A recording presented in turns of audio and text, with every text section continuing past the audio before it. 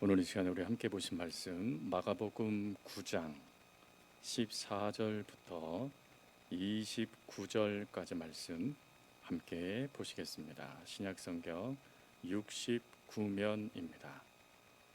마가복음 9장 14절부터 29절까지 말씀 신약성경 64면입니다.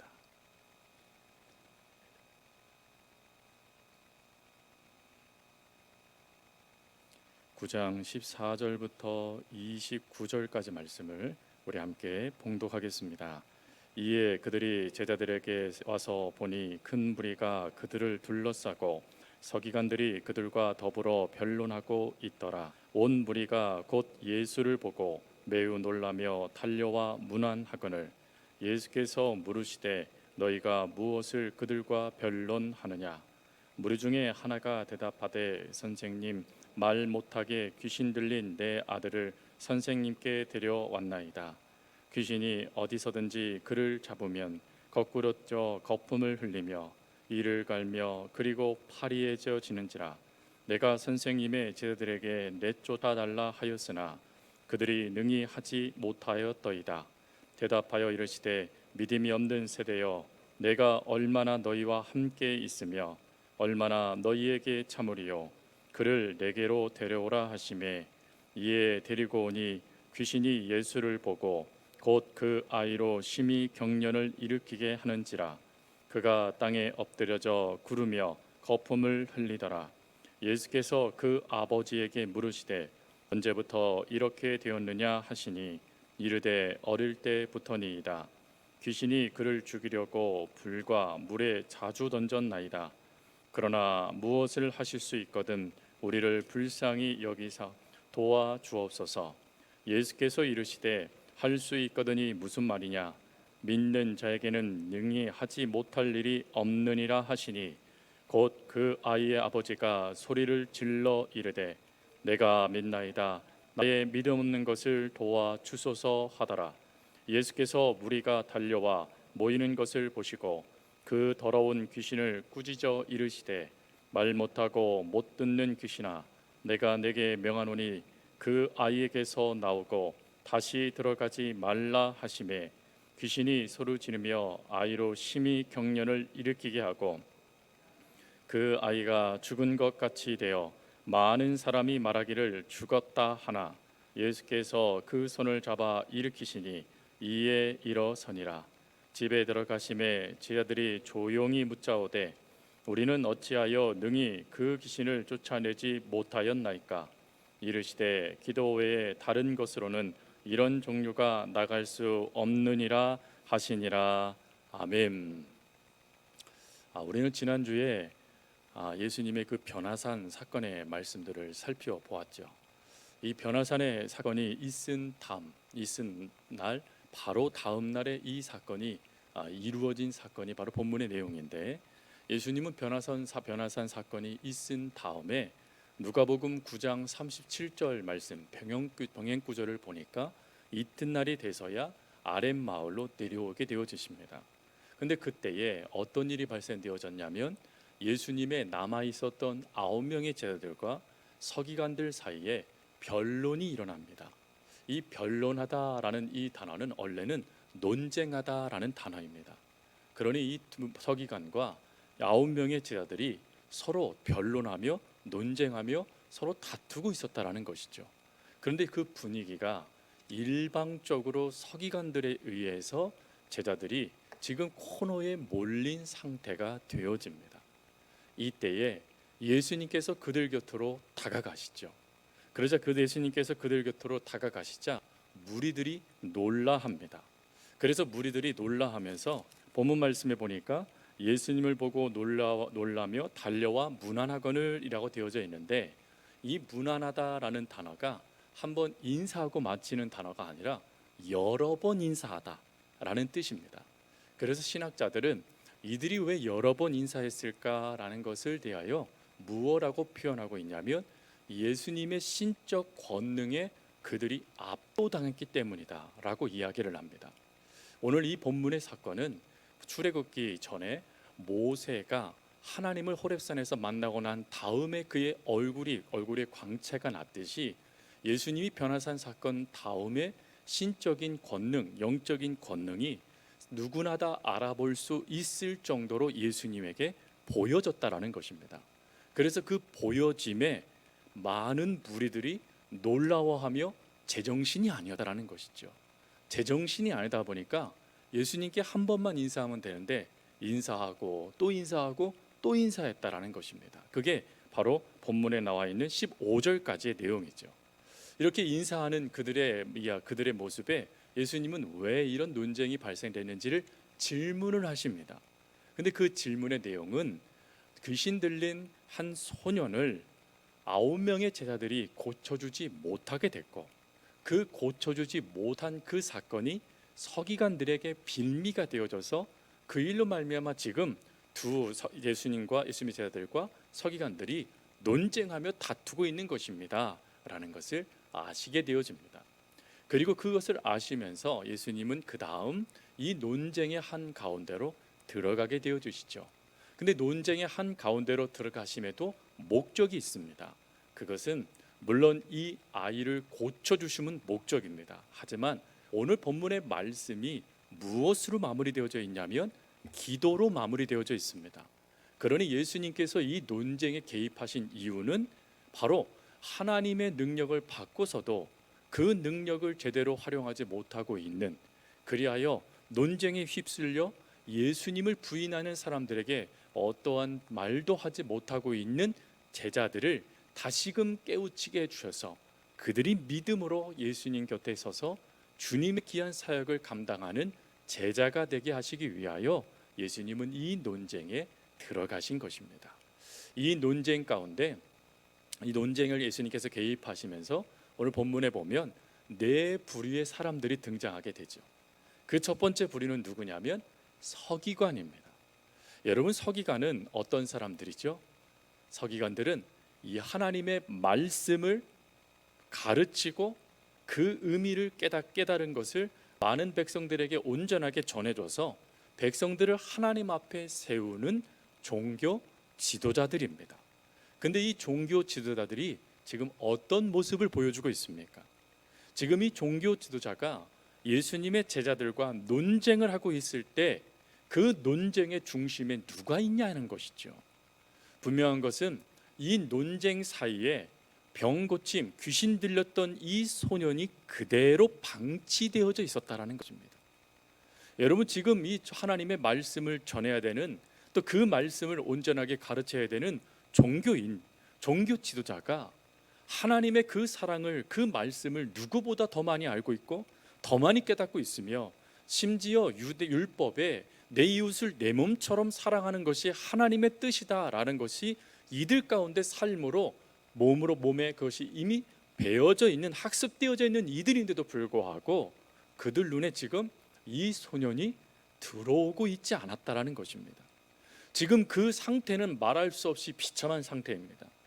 그래서 예수님의 제자들에게 아비가 이 아이를 고침받게 해주고자 찾아왔는데, 오히려 종교 지도자들은 이 아이를 긍휼히 여기는 마음을 가지고 하나님께 같이 기도하며 이 아이를 고치기 위해서 애를 쓴 게 아니라 이 아이를 논쟁거리로 삼고 있었다라는 것입니다. 하나님의 말씀을 가르치는 들이 논쟁거리로 이 아이를 삼으면서 방치해버리고 있는 것입니다. 여러분, 그래서 신학자들은 이러한 모습을 뭐라고 표현하고 있냐면 무능한 종교인의 모습이다 라고 이야기를 합니다. 무능한 종교인이라는 게 무슨 뜻을 갖고 있냐면 하나님의 복음, 구원, 하나님의 나라, 하나님의 뜻과 상관없이 자신의 생각을 드러내기 위하여 다투고 분열을 일으키는 논쟁거리를 일삼는 자들, 이걸 말하는 것이죠. 사도 바울은 이러한 모습에 대해서요, 디모데후서 2장 23절에 이렇게 말을 해요. 어리석고 무식한 변론을 버려라. 이에서 다툼이 나는 줄 알미라. 소용없는 일이라는 거예요. 그거 다 버려야 될 일이지 절대 그것을 붙잡아야 될 모습은 아니라는 것입니다. 여러분, 이 모습이요, 단지 신학시대에만 이렇게 나타나는 모습일까요? 아니죠. 한국 교회에 수많은 성도들이 교회를 떠나는 이유가 뭡니까? 바로 이 다툼과 분열 때문이에요. 그러면 다툼과 분열에 구원을 위한 다툼입니까? 복음을 위한 다툼입니까? 하나님 나라 확장을 위한 다툼입니까? 아니면 논쟁을 위한 논쟁입니까? 대부분은 복음과 상관없어요. 대부분은 구원의 역사와 아무런 상관이 없습니다. 단지 내 생각에 그게 틀렸다라는 거예요. 나는 이게 원하는 건데 왜 이렇게 하냐고 저렇게 하냐 하면서 그것을 논쟁거리화 해버리는 것입니다. 여러분, 그래서 이런 말이 있어요. 그 교회가 살아있는 교회인가 바르게 서 있는 교회인가를 알 수 있냐면, 구원의 이야기가 들려오면 그 교회는 바른 교회이고, 구원의 이야기가 들려오지 않고 논쟁거리가 들려오면 그 교회는 죽은 교회이다. 여러분, 분명한 것은 하나님이 교회를 세우신 목적은 우리가 서로 으르렁거리며 싸우라고 교회를 만드신 게 아니죠. 하나님의 교회를 만드신 목적은 머리 대신 예수 그리스도 안에서 복음의 귀한 사역을 감당하여 하나님의 은혜의 나라의 확장에 도구가 되게 하기 위하여 하나님께서 교회를 만드신 것입니다. 근데 그것을 놓쳐버리고 무능한 종교인들은 끊임없이 구원이 아닌 논쟁거리를 만들어서 교회를 무너뜨려 버린다라는 것이죠. 여러분, 이러한 모습이 우리들 가운데도 나타나지 않기 위해서요, 우리는 사도 바울이 디모데에게 전해주었던 말씀을 우리도 귀 기울여야 됩니다. 디모데전서 6장 20절 21절 말씀이거든요. 우리 두 절 말씀을 화면을 보면서 같이 한번 읽겠습니다. 디모데야, 망령되고 헛된 말과 거짓된 지식의 반론을 피함으로 내게 부탁한 것을 지키라. 이것을 따르는 사람이 있어 믿음에서 벗어났느니라. 은혜가 너희와 함께 있을지어다. 아멘. 여러분, 여기에 중요한 말을 하죠. 논쟁하며 다투고 함부로 말하고 변론하는 그것을 피하래요. 왜 피합니까? 그게 믿음의 모습이 아니라는 거예요. 믿음이라는 게 뭐죠? 하나님을 향하여 보여주는 우리의 신앙의 자세를 말하는 것이죠. 근데 우리가 하나님을 믿는 그 믿음의 자녀로서 우리의 자세는 변론하여 다투는 게 아니라는 것입니다. 믿음을 가지고 하나님의 나라의 일을 감당하는 사역자들이지, 우리는 변론하여 허망한 것에 마음을 두는 자들이 아니다. 사도 바울이 이야기하지 않습니까? 우리는 그것을 늘 기억해야 된다는 것이죠. 두 번째 부류가 등장하는데, 그 두 번째 부류는 아버지입니다. 여러분, 오늘 예수님께서 질문을 하나 하시잖아요. 도대체 이 논쟁의 이유가 뭐야? 그랬더니 즉시 그 무리 중에 하나, 이 무리 중에 하나는 누구겠습니까? 귀신 들린 소년의 아버지입니다. 근데 그 아버지가 지금 동문서답하는 거예요. 도대체 이 논쟁에 왜 싸우고 있어? 왜 이렇게 말다툼이 심했어? 라고 질문했더니 갑작스럽게 한 사람, 아버지가 뭐라고 말하냐면, 벙어리 귀신 들린 내 아들을 데리고 왔나이다. 아니, 지금 논쟁의 이유를 물었는데 내 아들이 지금 귀신 들려서 데리고 왔습니다. 지금 이게 말이 안 맞잖아요. 그러면 지금 이 아버지가 왜 이렇게 이야기한 것이죠? 예수님께 논쟁의 이유를 설명하기보다 내 아들의 고침받는 것이 더 중요하기 때문에 예수님께 지금 자신의 아들에 대하여 이야기한 것입니다. 지금 아버지는 그래도 지혜롭게 논쟁거리를 이야기하지 않고 그 논쟁 가운데 소외됐던 자신의 아들을 다시금 그 상황 가운데 앞으로 끄집어 내어줘서 이 아이 좀 고쳐주세요 라고 지금 말하고 있는 것입니다. 여러분, 이러한 말에 참 아버지의 다급함이 묻어져 있고, 또 아버지가 이 아들을 예수님께 고침받기 위해서 네 가지를 이야기를 합니다. 이 아들의 상태를 말이죠. 그 첫 번째 상태가 벙어리 귀신 들렸다라고 이야기해요. 여러분, 벙어리 귀신 들리다라는 이 원어의 의미는 말하기를 싫어하게 만드는 귀신에 들렸다라는 뜻입니다. 그 귀신이 말도 많이 하게 하지만 말도 못하게 만든다는 거예요. 그게 귀신의 역사라는 것입니다. 지금 이 아이가 그 귀신에 사로잡혔다라는 것이죠. 그리고 두 번째로 자주 거꾸로 떨어진다라고 이야기를 합니다. 여기서 이 거꾸로 떨어지다라는 이 원어는 땅에 내동댕이 치다라는 뜻입니다. 그러니까 귀신이 어떻게 들어서 던졌는지 아니면 이 아이로 하여금 붕 떠서 떨어지게 만들었는지 알 수는 없지만 귀신의 역사로 땅바닥에 이 아이가 내동댕이 칠 정도의 충격을 이 아이가 받았다라는 거예요. 여러분, 이 정도의 충격을 받으면 뇌진탕 걸린다던가 잘못하면 죽지 않겠습니까? 그래서 아버지가 세 번째 점점점 이걸 확대시켜요. 세 번째는 이 아이의 가장 위급함을 또 이야기하죠. 점점 이 아이가 파리해져 갑니다 라고 이야기하는 것입니다.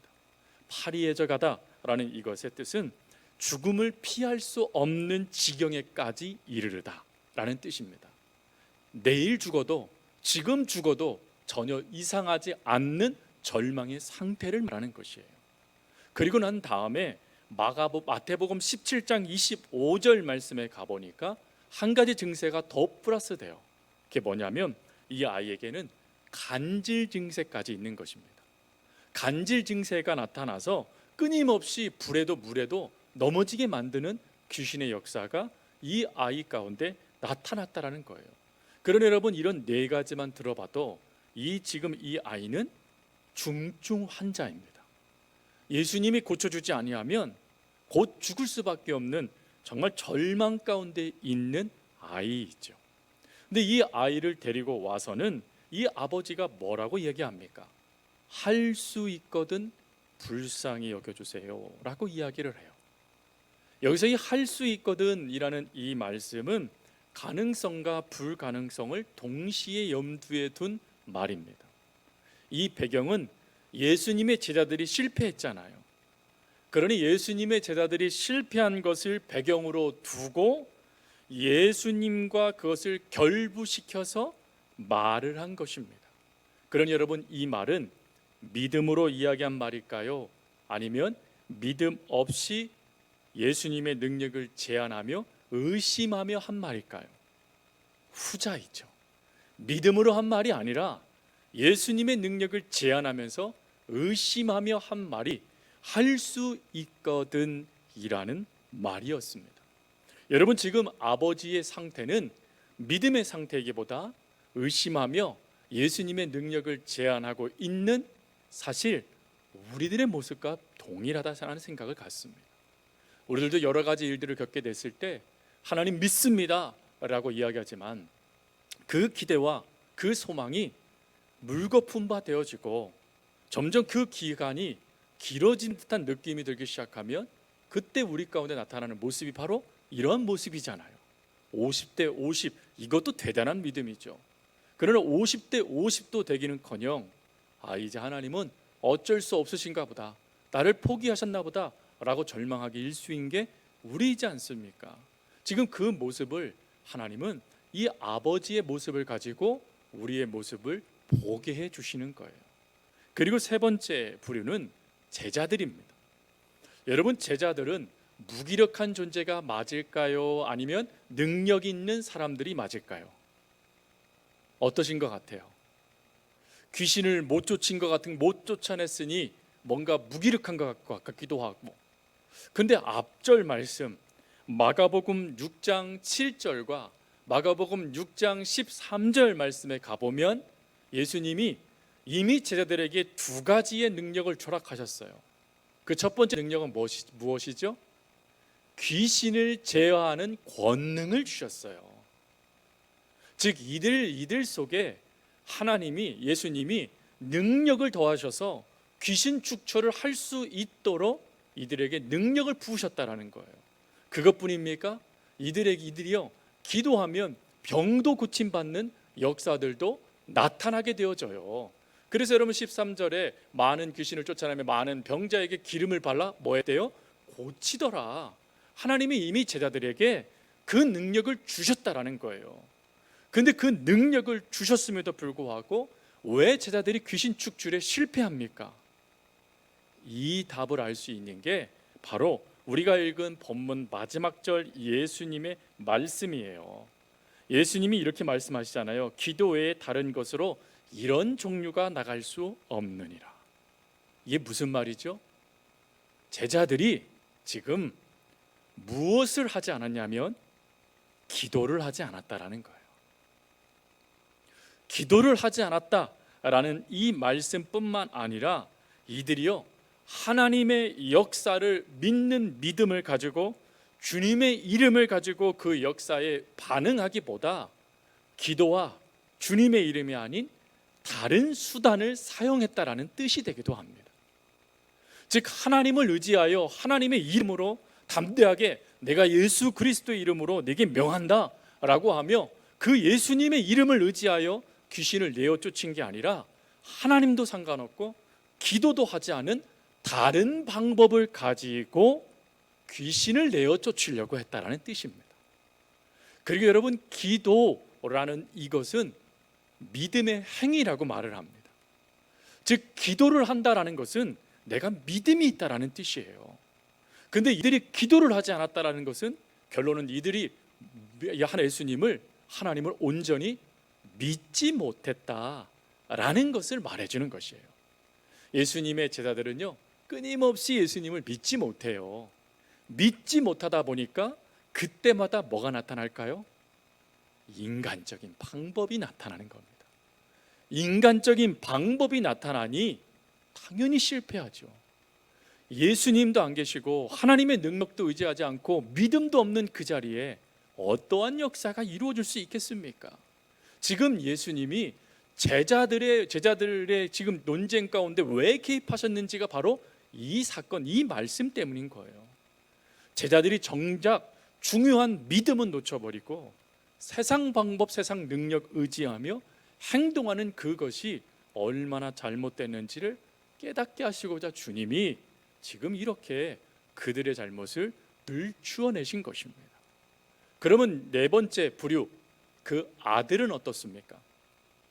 오늘 본문의 말씀 20절 말씀에 보면 예수님이 이미 그 앞에 딱 쓰자마자 귀신이요 예수님을 보았다라고 기록해 놓고 있어요. 그런데 원어는 또 다릅니다. 원어는 어떻게 되어 있냐면 아들이 예수님을 바라보다 이렇게 되어 있어요. 귀신이 예수님을 본 게 아니라 아들이, 지금 그 거의 죽기 일보 직전인 아들이 시선을 예수님께 딱 고정했다라는 뜻이에요. 고정하자마자 어떤 일이 발생되죠? 즉시 귀신이 경련을 일으켜서 넘어뜨려 버립니다. 무엇을 의미하는 것일까요?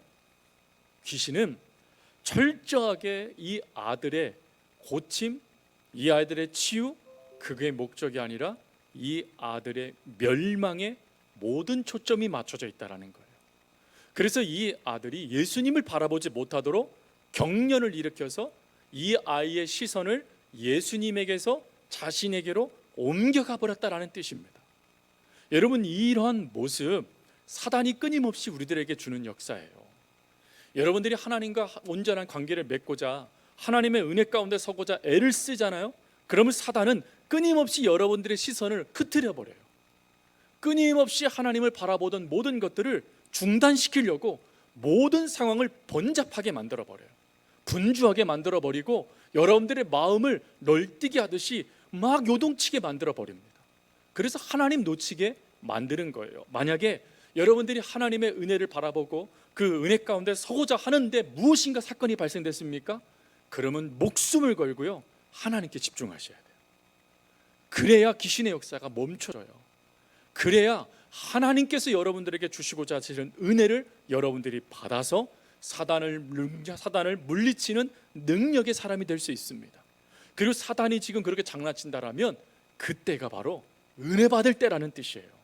야, 내가 은혜 받으려고 그러니까 사단이 급하긴 급한가 보네. 웃으세요. 주눅들 필요 없어요. 웃으시면 돼요. 왜요? 사단이 아무리 난리를 쳐도 저와 여러분 속에 있는 하나님은 사단의 어떠한 역사보다 더 크신 분이세요. 그 하나님을 의지하여 우리가 이 모든 역사들을 물리치는 것입니다. 자, 이런 네 부류의 사람들이 이렇게 예수님 주변에 나타나고, 그리고 그 상황들이 파악이 되고, 이제 이 상황 가운데 예수님이 드러나세요. 예수님이 이제 드러나시면서 예수님은 소녀의 아버지에게 여러 가지 이야기를 물어요. 그리고 여러 가지 이야기를 물은 다음에 그 모든 것들을 제약하면서 예수님을 믿지 못하는 아버지에게 뭐라고 말씀하시냐면 23절에 할 수 있거든이 무슨 말이냐, 믿는 자에게는 능하지 못할 일이 없느니라 라고 하며, 지금 이 아버지가 의심 가운데 주님의 능력을 제한하던 것을 풀어놔서 온전히 주님을 믿을 수 있도록 말씀하세요. 근데 이 말씀을 우리가 조금 더 쉽게 이해하려면 이 말씀의 뜻은 이런 거예요. 네가 믿을 수만 있다면 무제한적인 능력이 너에게 임할 거야 라는 게 본래 원어의 내용이에요. 믿을 수만 있다면 너 능력 경험할 거야. 근데 믿지 못했다는 거예요. 그래서 예수님이 그 앞에 할 수 있거든 이라는 말씀을 먼저 하신 거예요. 할 수 있거든이 무슨 말이냐, 무슨 말이죠? 당신이 할 수만 있다면 이라니 라고 말씀하신 거예요. 즉 그 예수님의 능력을 제한하던 아버지의 그 믿음을 깨트리셔서 나는 능력 있는 하나님이야, 나는 모든 걸 할 수 있어, 그런데 나에게 할 수 있다면 이라니 믿으면 너 능력 경험할 수 있어 라고 말하는 거예요. 그러자 이 아버지가 뭐라 그러죠? 내가 믿나이다.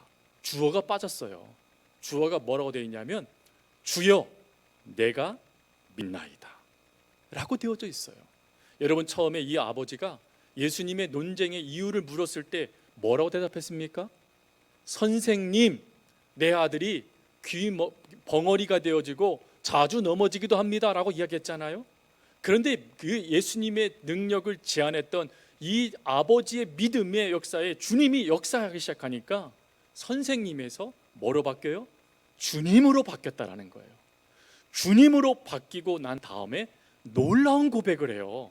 그 고백이 무엇이냐면 이 고백이죠. 내가 믿나이다 라고 하면서 그 다음 말씀이요, 나의 믿음 없는 것을 도와주소서. 여러분, 나의 믿음 없는 것을 도와주소서라는 이 말씀의 의미는 무엇이냐면, 예수님 내가 믿어요, 예수님께서 내 아들을 고쳐주실 거 믿어요. 그런데 예수님, 내 안에 그 믿음, 예수님을 바라보지 못하도록 만드는 것들이 여전히 있어요. 그러니 저를 도와주세요 라는 뜻이에요. 여러분, 얼마나 귀한 믿음입니까? 여러분, 우리가 하나님을 믿는다라고 말합니다. 믿습니다라고 믿습니다 크게까지 얘기하잖아요.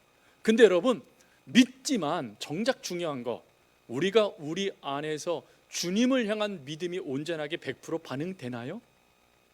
안타깝게도 믿지만 내 안에 잘못된 부정적인 생각들이 주님을 향한 그 믿음을 끊임없이 방해하잖아요. 오늘 그 모습을 이 아버지가 이야기하는 거예요. 주님, 제가 믿어요. 그런데 예수님을 제가 믿지 못했던, 불신했던 그 모습이 여전히 제 안에 있어요. 그래서 주님이 도와주셔야 돼요. 주님이 도와주셔야 돼요.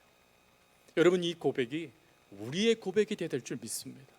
하나님, 제가 하나님을 믿어요. 그런데 하나님, 저 믿음이 너무 연약해요. 세상 사람들의 말에 너무 쉽게 현혹돼요. 그리고 제 감정에 너무 쉽게 휘둘려요. 하나님, 그래서 저는 하나님이 필요해요. 하나님, 저에게 믿음을 주세요, 능력을 주세요. 그래서 제가 그 모습으로 주님 앞에 설 수 있도록 도와주세요. 여러분, 우리들도 기도해야 돼요. 여러분, 이렇게 믿음으로 요청하는 아버지에게 우리 주님이 어떻게 하시죠? 이 아이의 병을 고쳐주십니다. 고쳐주시되 어떻게 고쳐주시죠? 즉시로 완전하게 고쳐주십니다. 뭘 의미하죠? 믿음으로 반응하면 하나님의 역사는 완전하게 이루어진다라는 것입니다. 그러니 우리들도요, 다른 것 없어요. 믿음이에요. 믿음. 하나님, 내가 매 순간 믿음으로 반응하게 해주세요. 그래서 그 믿음으로 반응한 그 역사를 통해 하나님의 완전하신 그 은혜를 누릴 수 있는 제가 되게 달라고 기도할 수 있는 저와 여러분들의 신앙, 믿음의 삶이 될 수 있기를 간절히 주님의 이름으로 부탁드립니다.